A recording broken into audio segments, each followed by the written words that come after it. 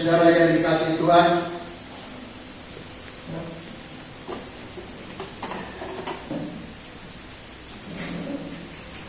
bersama dengan istri saya menyampaikan salam sejahtera dalam kasih-Nya Tuhan Yesus Kristus mempelai pria surga. Kiranya kasih karunia berkat Tuhan dilimpahkan kepada saudara sekalian. Tidak lupa juga saya mengucapkan selamat merayakan hari Natal dan menyongsong tahun baru tahun 2024. Pertama saya mengucap syukur kepada Tuhan buat kesempatan yang Tuhan masih berikan kepada kita dalam perpanjangan umur ini untuk kita merayakan Natal di tempat ini, dan khususnya memberi kesempatan kepada saya untuk melayani firman Tuhan. Juga saya berterima kasih kepada Bapak Gembala di tempat ini, Bapak Pendeta Dr. MTH, sekaligus sebagai atasan kami, sebagai Ketua Badan Pengurus Wilayah 7 Kalimantan Tengah, Kalimantan Barat. Terima kasih Pak buat kesempatan, kepercayaan yang diberikan kepada saya untuk menyampaikan firman Tuhan. Mari kita akan manfaatkan waktu yang ada ini, sudah 1 jam kita memuji Tuhan, sekarang kita mau siapkan hati untuk menerima firman Tuhan. Saya berusaha untuk tidak terlalu lama-lama. Jadi tema firman Tuhan adalah The Year of Restoration. Restorasi itu artinya pemulihan. Pemulihan, saudara, yaitu pemulihan segala sesuatu, memulihkan, kepada keadaan semula sebelum kejatuhan. Karena sejak manusia jatuh dalam dosa, manusia diusir keluar dari Kedos. Semua yang indah-indah hilang, nikah jatuh. Pasal 4 kitab Kejadian, anak-anak berkelahi. Saudara, anak-anak, kakak membunuh Habil adiknya.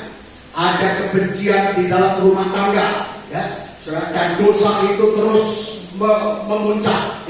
Saudara, manusia yang dicipta Tuhan begitu sempurna, menjadi rusak, nikah rusak, saudara, anak-anak jadi rusak, dan terus sampai Kejadian 6, bumi rusak, semua rusak, manusia menjalankan hidup yang rusak di bumi ini, dan hati manusia rusak, membuahkan kejahatan semata-mata. Saudara, malam hari ini kita mau melihat, Natal itu adalah kedatangan Tuhan Yesus, saudara, untuk memulihkan segala sesuatu. Tuhan mau memulihkan manusia yang sudah rusak itu supaya dipulihkan pada keadaan semula. Di dalam Natal di Bukit Titi saya sampaikan gambar Allah yang rusak mau dipulihkan oleh Tuhan. Saudara, kaki yang lumpuh, cacat mau dipulihkan supaya bisa masuk rumah Allah, bisa masuk penyucian sampai disempurnakan. Bisa mengejar kesucian sampai mengejar kesempurnaan. Tuhan mau memulihkan. Dan di Natal Palangkaraya saya menyampaikan nikah dipulihkan. Saudara, anak-anak dipulihkan. Karena Yesus datang untuk memulihkan, diawali dengan saudara kedatangan Yohanes Pembaptis dengan kuasa yang ada pada Elia untuk memulihkan segala sesuatu. Memulihkan hati anak kepada bapak, bapak kepada anak, saudara, memulihkan nikah dan memulihkan buah nikah itu yang nomor 1 dan nomor 2. Malam hari ini saya mau menyampaikan, saudara, Tuhan mau memulihkan hati manusia yang rusak. Karena sejak jatuh dalam dosa, hati manusia jadi rusak. Kejadian 6 mengatakan, kecenderungan hati manusia membuahkan kejahatan semata-mata. Itu sebabnya Yesus datang ke dalam dunia ini. Sang pembuat restorasi, restoration maker. saudara, itu datang ke dalam dunia ini untuk memulihkan segala sesuatu, ya. Dan kedatangannya untuk memulihkan itu, ya, saudara, sampai mati dia lahir, mati di atas salib Golgota, ya, saudara, bangkit pada hari yang ketiga, naik ke surga, kemudian Roh Kudus dicurahkan, ya, saudara, untuk terjadinya pemulihan Tuhan kirim Roh Kudus, dan kita berada di zaman pemulihan sekarang ini. Kita berada di zaman gereja, zamannya Roh Kudus. Tuhan mau memulihkan gerejanya, Tuhan mau memulihkan kita, dan puncaknya nanti kalau Yesus Kristus datang kembali, semua dipulihkan. Ya, kita dibawa masuk 1000 tahun damai, dibawa masuk langit baru, bumi baru, dengan kotanya Yerusalem baru. Semua dipulihkan oleh Tuhan. Ya, saudara, itu luar biasa rencana Tuhan. Kita baca ayat ini. Kisah Rasul pasal 3 ayat 21. Kisah para Rasul pasal 3 ayat 21. Kisah Rasul pasal 3 ayat 21. Ya. Kristus itu harus tinggal di surga sampai waktu pemulihan segala sesuatu. Ya, Yesus sudah datang ke dunia yang kita peringati hari kelahirannya. Tapi dia lahir bukan hanya lahir, tetapi dia mengambil rupa manusia supaya bisa mati, ya, disalibkan dan bangkit hari ketiga, naik ke surga, ya, dan dia sekarang ada di surga, tinggal di surga sampai waktu pemulihan segala sesuatu. Seperti yang difirmankan Allah dengan perantara nabi-nabinya yang kudus di zaman dahulu. Ayat 22. Bukankah telah dikatakan Musa, Tuhan Allah akan membangkitkan bagimu seorang nabi dari antara saudara-saudaramu, sama seperti aku. Dengarkanlah dia dalam segala sesuatu yang akan dikatakannya kepadamu. Ya. Akan terjadi bahwa setiap orang yang tidak mendengarkan nabi itu akan binasa dari tengah-tengah umat. Ya, terima kasih, ya. Setelah kita melihat di sini, ya, kedatangan Tuhan Yesus sang juru selamat sampai sini untuk memulihkan segala sesuatu, dan puncak pemulihan nanti adalah 1000 tahun damai. Ya, sebelum langit baru, bumi baru, Yerusalem baru, ya. Saudara, dan kedatangan Tuhan Yesus itu ditubuhkan seperti Musa, ya. Saudara, seorang yang seperti Musa, nabi seperti Musa akan itu dimunculkan. Itulah Tuhan Yesus, ya. Kalau Musa itu dipakai untuk melepaskan umat Israel dari Mesir, dari perbudakan Mesir, dari kekeraman Firaun, maka Yesus, ya, yang seperti Musa itu, bayangan Musa, sekarang Yesus datang untuk melepaskan manusia dari perbudakan dosa, ya, dari cengkeramannya setan, ya, dan itu kedatangan Tuhan untuk melepaskan kita dari segala dosa-dosa kita, ya. Waktu Musa, ya, saudara, diutus oleh Tuhan untuk melepaskan Israel dari Mesir, ya, maka Tuhan tampil, ya, aku ada yang aku ada. Karena Musa bertanya, nanti kalau mereka tanya, siapa yang mengutus engkau? Siapa namanya? Katakan, aku ada yang aku ada, atau aku adalah aku. Itulah namaku. Tuhan menampilkan namanya untuk melepaskan Israel dari Mesir, dari cengkeramannya Firaun. Yesus datang dalam dunia ini, ya, dia tidak membawa yang lain, semua ditinggalkan, kemuliaan ditinggalkan, dia mengosongkan diri menjadi manusia, ya, menjadi hamba sampai mati di atas kayu salib. Itu sebabnya dia memperoleh nama di atas segala nama, ya. Dia datang bawa nama ini, namakan dia Yesus, karena dia yang akan melepaskan umatnya dari dosanya, ya. Seperti Musa bawa nama Allah, ya, aku ada yang aku ada, dan sang aku ada itulah pribadi Yesus, ya. Aku adalah gembala yang baik, aku adalah roti hidup, aku adalah kebenaran, jalan kebenaran, dan itulah seterusnya, ya. Sudah kita sekarang baca, ya, sudah waktu Musa, ya, diutus oleh Tuhan melepaskan Israel dari Mesir, ya. Sudah di samping Tuhan tunjukkan namanya untuk melepaskan mereka, maka Tuhan kasih tanda kepada Musa, ya. Sudah tanda pertama yaitu tongkat berubah jadi ular, ya. Dan tanda kedua yaitu tangan Musa jadi kusta. Coba kita akan baca dulu dalam Keluaran pasal 3 dulu ayat 10. Kitab Keluaran pasal 3 ayat yang ke-10. Ayat 10 dari Keluaran pasal yang ketiga. Ya. Jadi sekarang pergilah, aku mengutus engkau kepada Firaun Ya, aku mengutus engkau Musa kepada Firaun untuk membawa umatku orang Israel keluar dari Mesir. karena apa? Karena mereka mengeluh, berteriak kepada Tuhan. Orang yang diperbudak itu tidak enak, sengsara, tertindas. Ya, sudah begitu rupa mereka berseru dan seruannya didengar oleh Tuhan. Itu sebabnya dia utus Musa. Teruskan. Tetapi Musa, Ayat 14. ayat 14, firman Allah kepada Musa, aku adalah Aku ada yang aku ada. Itu adalah terjemahan lama, ya.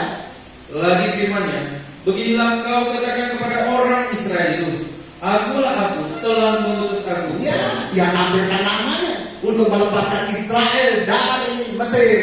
Ya, seorang nabi seperti aku ini, ya, itu bayangan. Dan nanti kedatangan Yesus datang melepaskan manusia dari dosa dan dia bawa nama.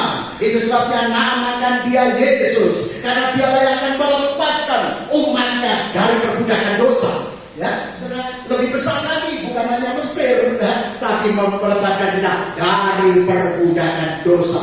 Ya, Keluaran pasal 4 ayat 1. Keluaran pasal 4 ayat yang pertama, lalu sahut Musa, bagaimana jika mereka tidak percaya kepadamu, Ya, dan tidak mendengarkan perkataanku, melainkan berkata, Tuhan tidak menampakkan diri kepadamu. ayat 2. Tuhan bertanya kepadanya, apa yang ada di tanganmu itu? Ya, Jawab Musa, tongkat. ya, apa yang di tanganmu? Tongkat terus. Firman Tuhan, lemparkan tongkat itu ke tanah.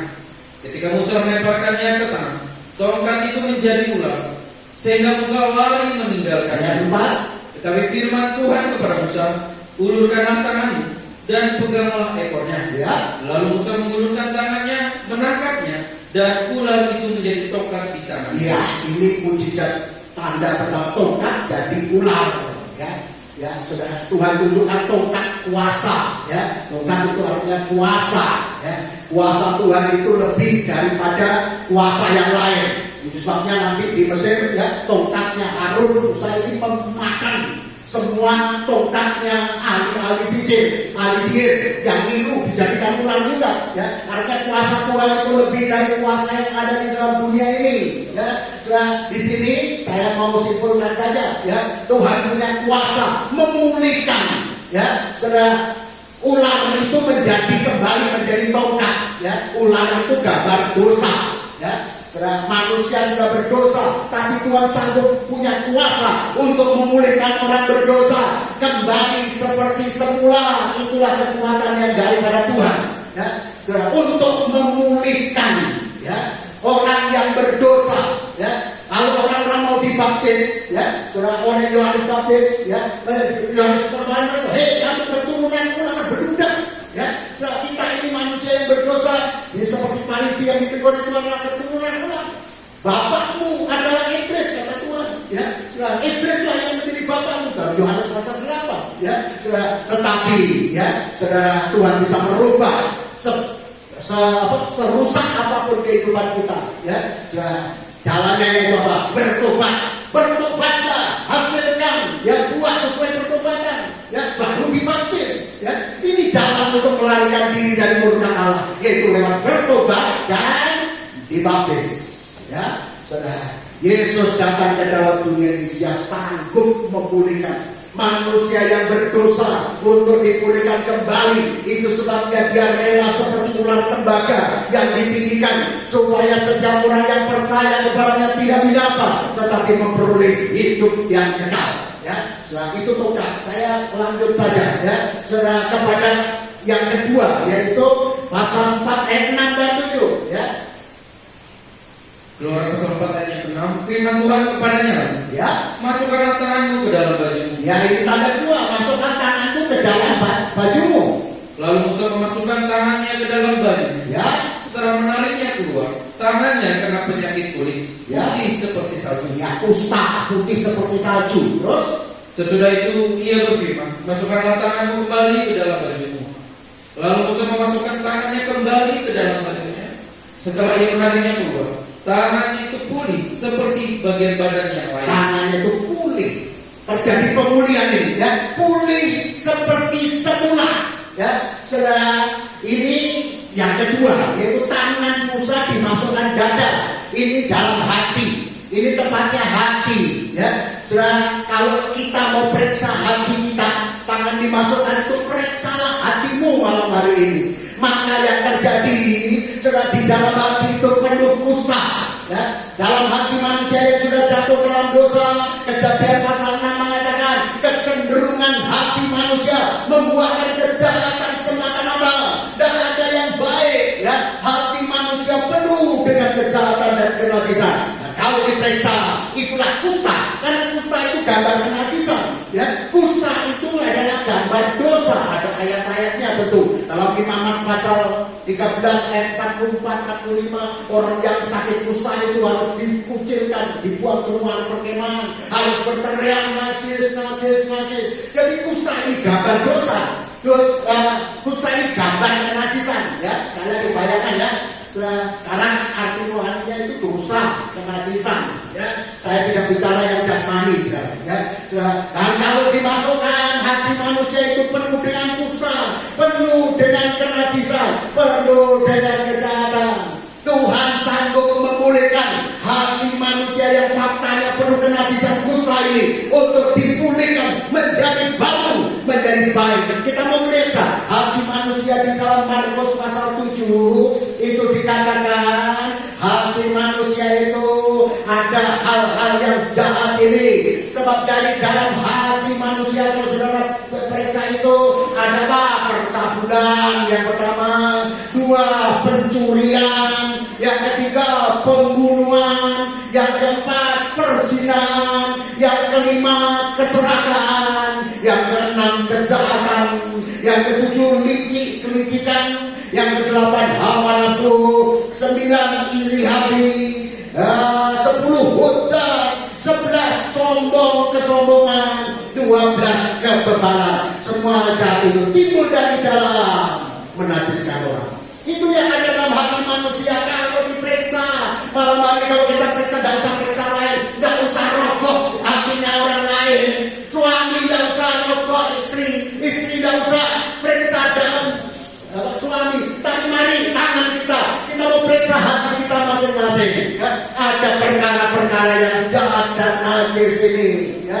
Dan Tuhan mau memulihkan, atau Tuhan sanggup memulihkan kembali, ya. Saudara, inilah hati manusia, ya, yang mau dipulihkan oleh Tuhan.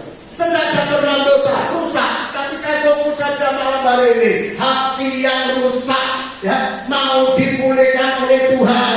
Kekuatan Tuhan memulihkan hati yang rusak. Itu sebabnya Sang Firman datang dalam dunia dari manusia. Dan kalau dia mati, kemudian naik surga, dia utus Allah yang ketiga itulah Roh Kudus untuk memulihkan ini, supaya terjadi pemulihan. Sekarang zaman gereja, zaman Roh Kudus adalah zaman pemulihan. Jangan lewatkan kesempatan ini untuk kita mengalami pemulihan demi pemulihan, ya. Jadi ini, ya, Tuhan mau periksa hati kita masing-masing. Yeremia 17 ayat 9 dan 10, ya. Yeremia pasal 17 ayat 9 dan 10 mengatakan, 9 dari Yeremia 17, hatiku licik melebihi segala.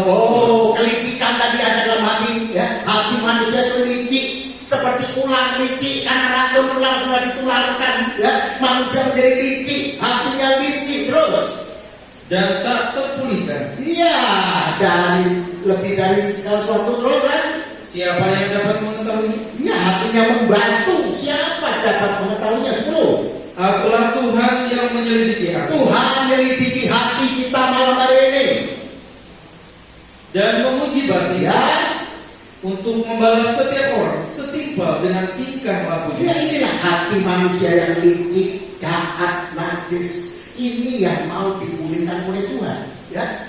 Bahkan dalam ayat 1 mengatakan, dosa Yehuda tertulis dengan pena besi bermata hitam, terukir pada lohati mereka dan pada tanduk-tanduk mesbah mereka. Karena hatinya keras, perlu pena besi dari hitam, ya.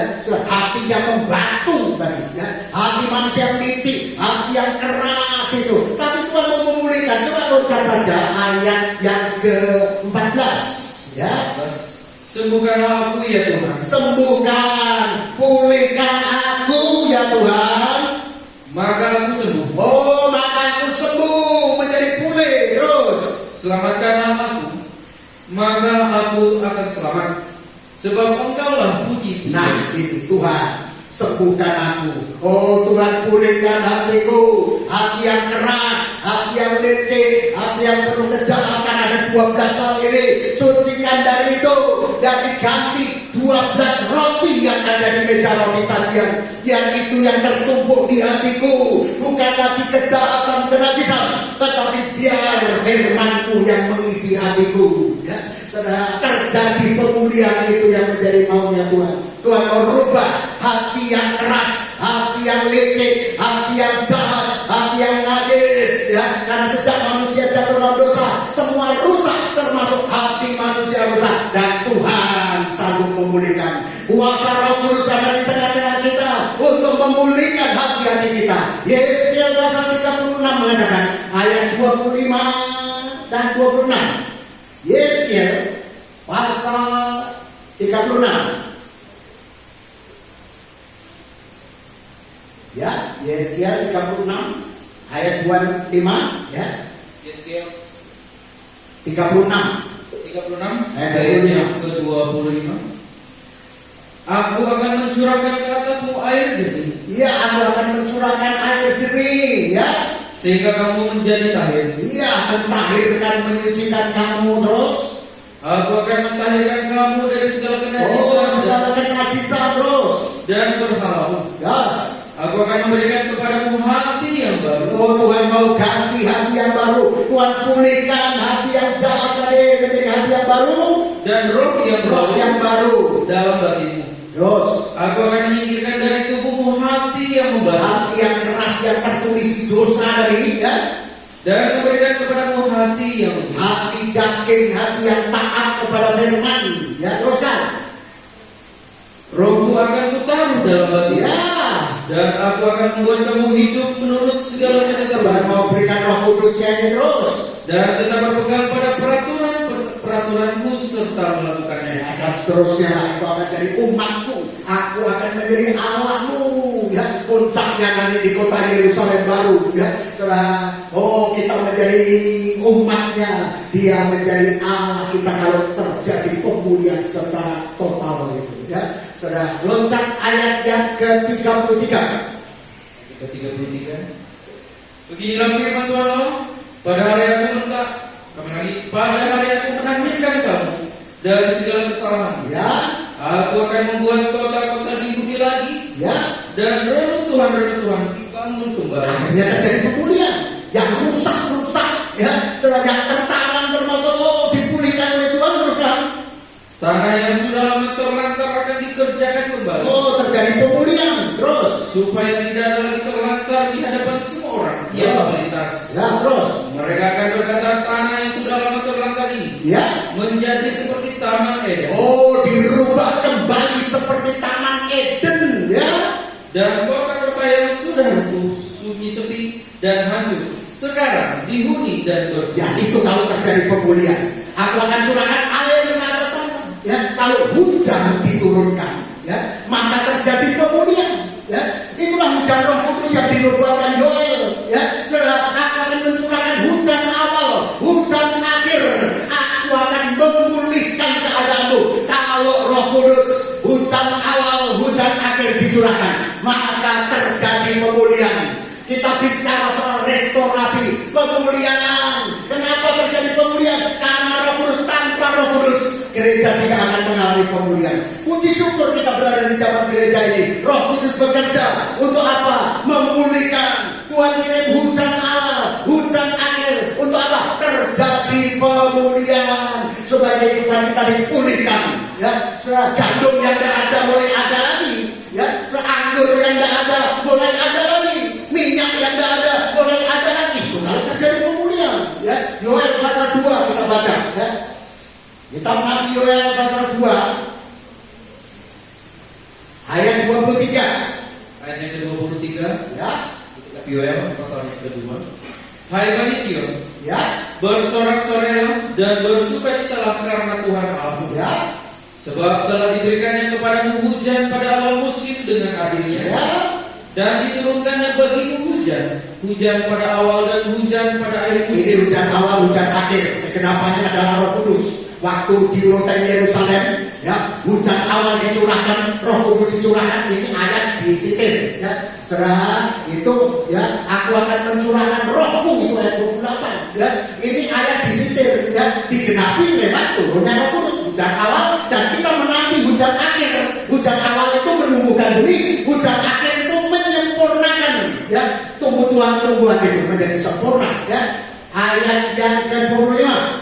Aku akan memulihkan kepadamu Ayat 24. tempat-tempat pengirikan akan penuh dengan garam. Ini kalau terjadi pemulihan, kalau Roh Kudus bekerja, ya, firman dan Roh Kudus bekerja, maka ada lagi gandum di tempat pemerasan, ya. Dan tempat-tempat penampungan berkelimpahan anggur dan minyak. Ya, gandum, anggur dan minyak ada lagi. Terus, Aku akan memulihkan kepadamu tahun-tahun yang hasilnya dimakan habis oleh belalang tidak. dan seterusnya, aku akan memulihkan. Jadi pemulihan ini terjadi karena ada hujan, ya. Kalau hujan dicurahkan terjadi pemulihan. Malam hari ini, ya, kalau Roh Kudus bekerja, maka terjadi pemulihan. Anggur yang tidak ada akan ada lagi, ya. Kemarin atau di malam hari saya terangkan panjang lebar, ya, saudara, soal pemulihan nikah dan buah nikah, ya, saudara. Ini anggur, ya, saudara. Kalau nikah tidak ada lagi anggur, ya, saudara. Kalau Roh Kudus bekerja, nikahmu dipulihkan, ada lagi anggur, ya, saudara. Sukacita, bahagia, kasih, ya. Mungkin engkau datang malam hari ini, kasih sudah tidak ada antara suami istri, ya, saudara. Oh, tidak ada lagi apa, sukacita, tidak ada lagi bahagia, saudara. Kalau Roh Kudus bekerja, maka pemulihan terjadi, anggur ada lagi, ya, minyak ada lagi, ya, saudara. Apalagi tadi gandum, ya, dalam Mazmur 104, nanti saudara periksa di sana, di dalam Mazmur pasal 104 itu, ya, anggur itu bicara soal sukacita, ya, anggur sukacita. Minyak itu membuat wajah bercahaya, membuat wajah berseri, ya, ya. Kemudian roti itu membuatkan, ya, jiwa manusia jadi segar kembali, ya. Anggur yang menyukakan hati itu, Mazmur 104 ayat 15 mengatakan, anggur itu membawa sukacita, ya, menyukakan hati manusia. Dan kalau ini tidak ada, ya, maka tidak ada sukacita. Tetapi kalau hujan Roh Kudus dicurahkan, terjadi pemulihan, ada lagi sukacita, ya. Saudara, muka berseri karena minyak, muka bercahaya berseri karena ada minyak urapan Roh Kudus. Tapi kalau tidak ada lagi, ya, saudara, maka muka tidak ada berseri seperti kain, mukanya muram, mukanya tertunduk, ya, saudara. Itu akibat dosa, ya, saudara. Tetapi Tuhan mau memulihkan, ya, supaya muka kita berseri. Dan, ya, saudara, roti yang menyegarkan jiwa manusia.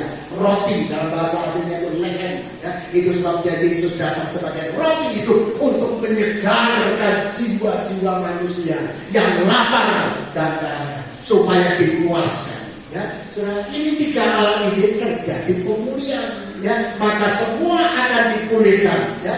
Tuhan mau bekerja memulihkan, ya, nikah rumah tangga ini, ya, saudara. Di dalam Mazmur 128, orang laki-laki yang takut akan Tuhan, istrinya seperti pokok anggur, anak-anaknya seperti tunas zaitun, sekeliling meja, ya, ada. Tetapi kalau tidak ada anggur dan istri tidak ada anggur, ya, saudara. Anak-anak tidak ada di meja, ya, saudara. Tidak ada persekutuan, tidak tahu kemana, ya, saudara. Tidak ada minyak, gelap rumah tangga itu.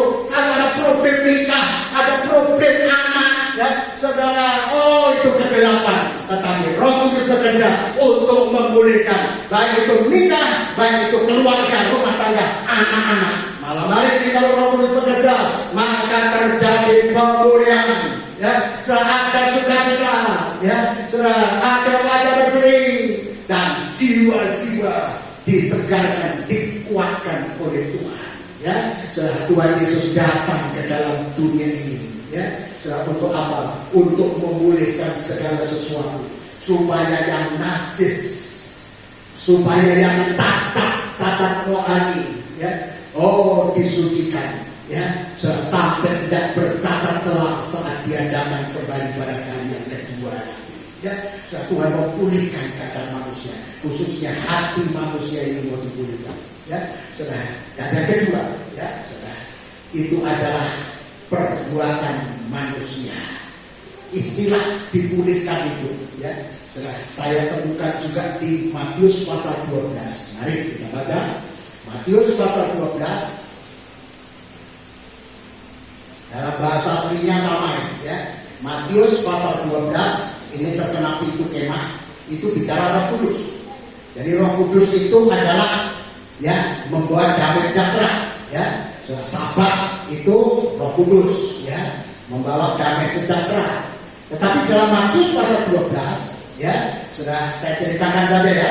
Mulai ayat 9 itu, ya, sudah Yesus masuk ke rumah ibadah. Jadi ini di dalam rumah ibadah, ya.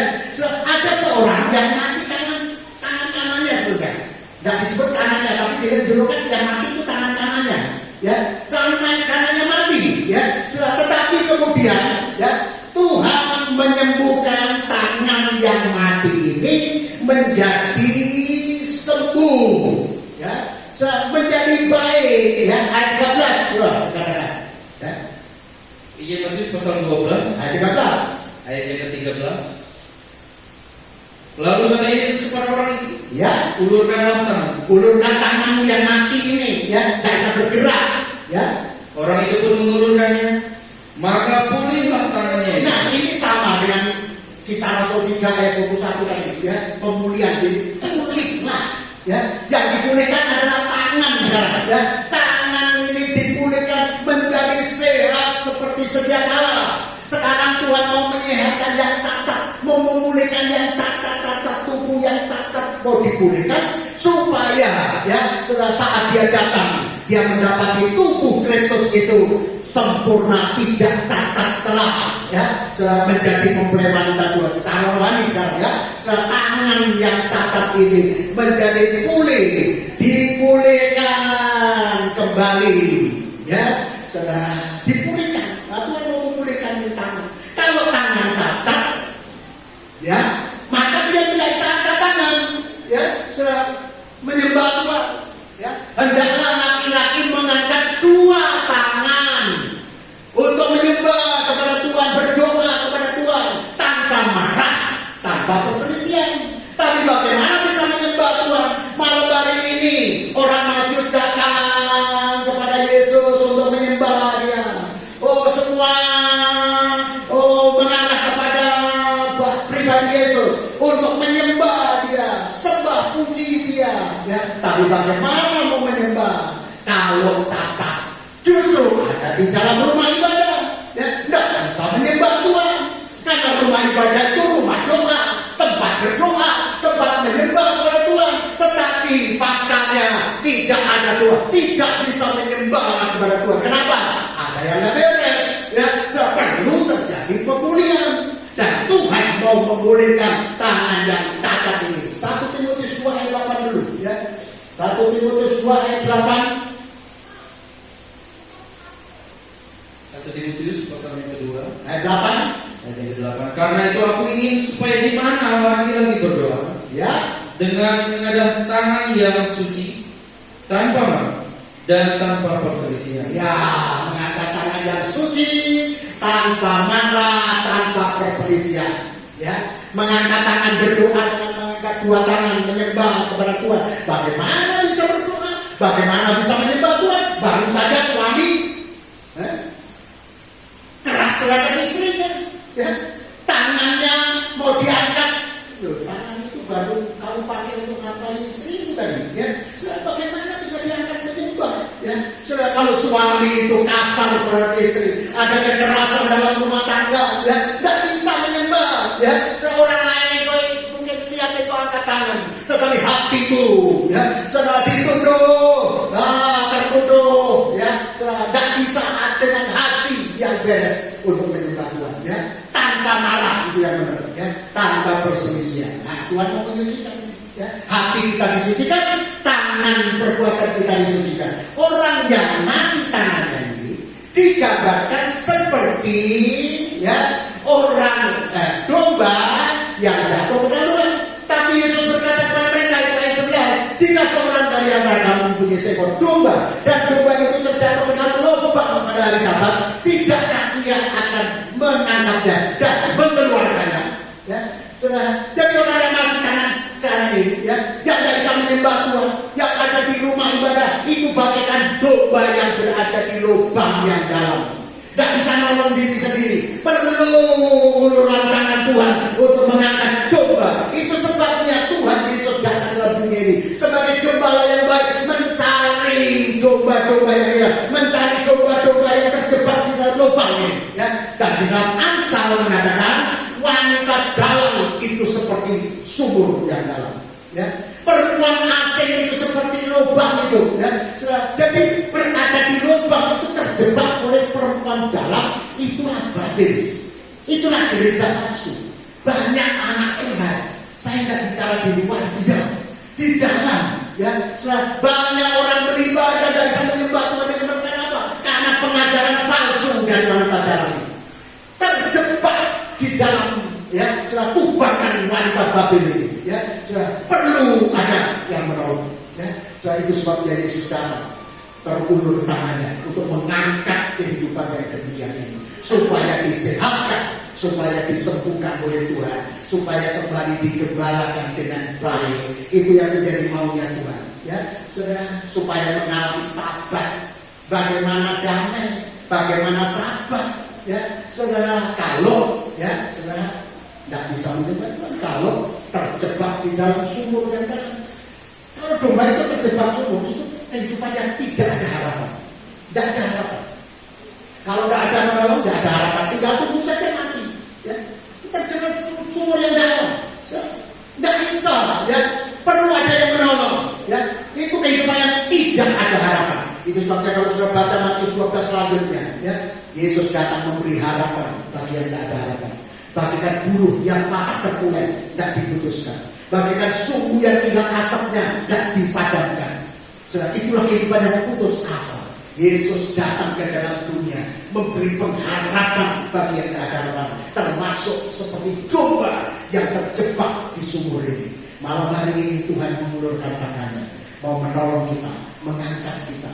Kalau kita sudah tidak menghargai penggembalaan lagi, mari kita mau menghargai Tuhan. Gembala yang baik datang untuk mengangkat engkau, supaya engkau kembali digembalakan. Natal tidak bisa dipisahkan dengan penggembalaan. Itu saja berita-berita pertama itu untuk para gembala. Dia lahir di kandang, dia ditaruh di palungan. Oh, syarat dengan penggembalaan. Natal ini tidak bisa dipasangkan dengan penggembalaan, karena dia datang sebagai gembala untuk menolong jiwa-jiwa yang tersesat. Ya, untuk mengembalikan manusia yang tersesat ini, untuk dikembalikan kembali menuju ke Firdaus. Ya, dikembalikan kembali ke mata air kehidupan.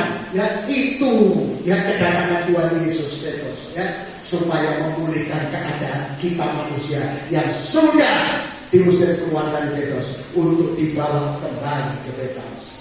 Malam hari ini, ya, mari kita mau periksa hati kita masing-masing. Ya, setelah kita mau periksa, ya, kita tak usah periksa orang lain. Ya, karena sejak manusia jatuh dalam dosa, hati penuh kejahatan, condong kepada kejahatan. Ya, saudara, baik itu nikah rusak, anak-anak juga jadi rusak. Siapa yang bisa memulihkan? Hanya Tuhan. Kuasa firman dan Roh Kudus ada di tengah-tengah kita untuk memulihkan nikah-nikah, untuk memulihkan anak-anak, untuk memulihkan hati-hati yang hancur, hati-hati yang najis, hati-hati yang kotor, untuk memulihkan tangan-tangan, perbuatan-perbuatan yang tak beres, untuk dipulihkan oleh Tuhan, untuk dibawa kembali, ya, sudah masuk ke Firdaus lagi. Itulah rencana Tuhan yang luar biasa bagi kehidupan kita. Ya, mari kita tundukkan kepala, kita datang kepada Tuhan.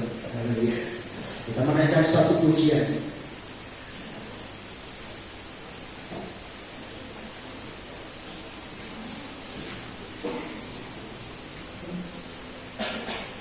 Bagaikan tanah kering yang merindukan air.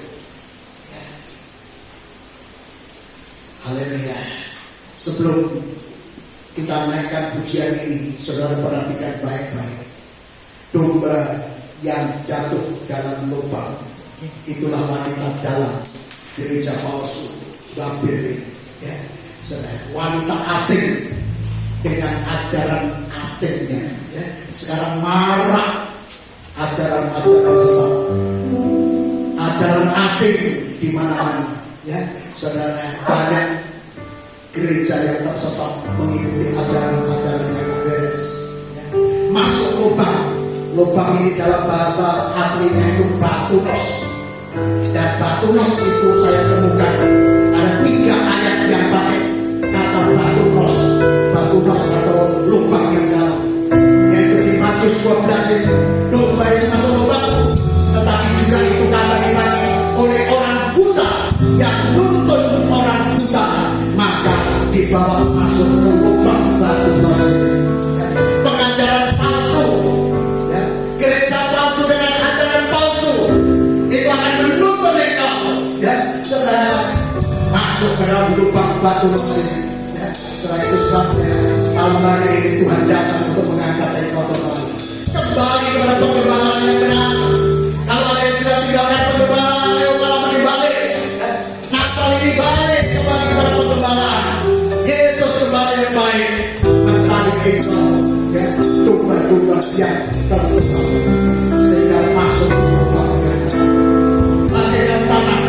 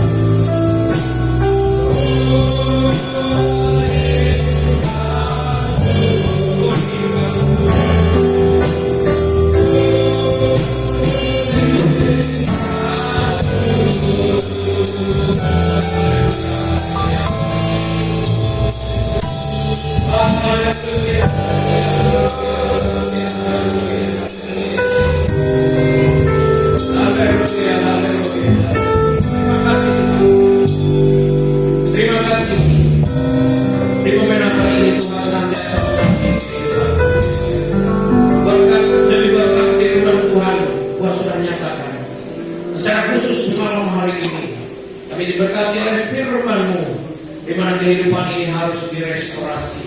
Yang ada kuasa firman dan kuasa Roh Kudus di tengah-tengah kami.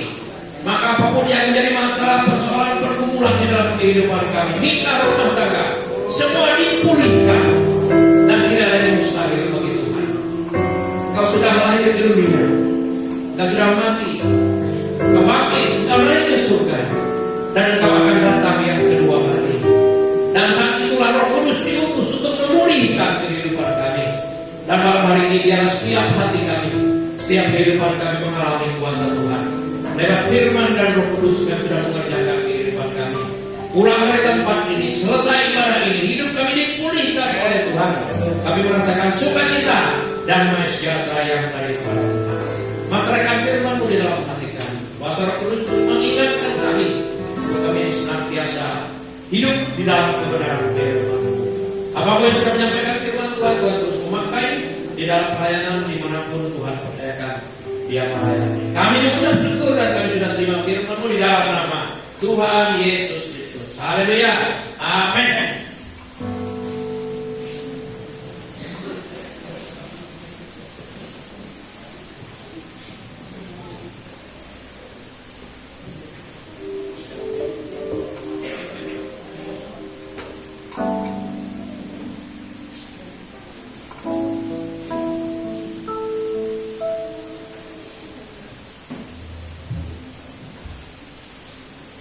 Haleluya.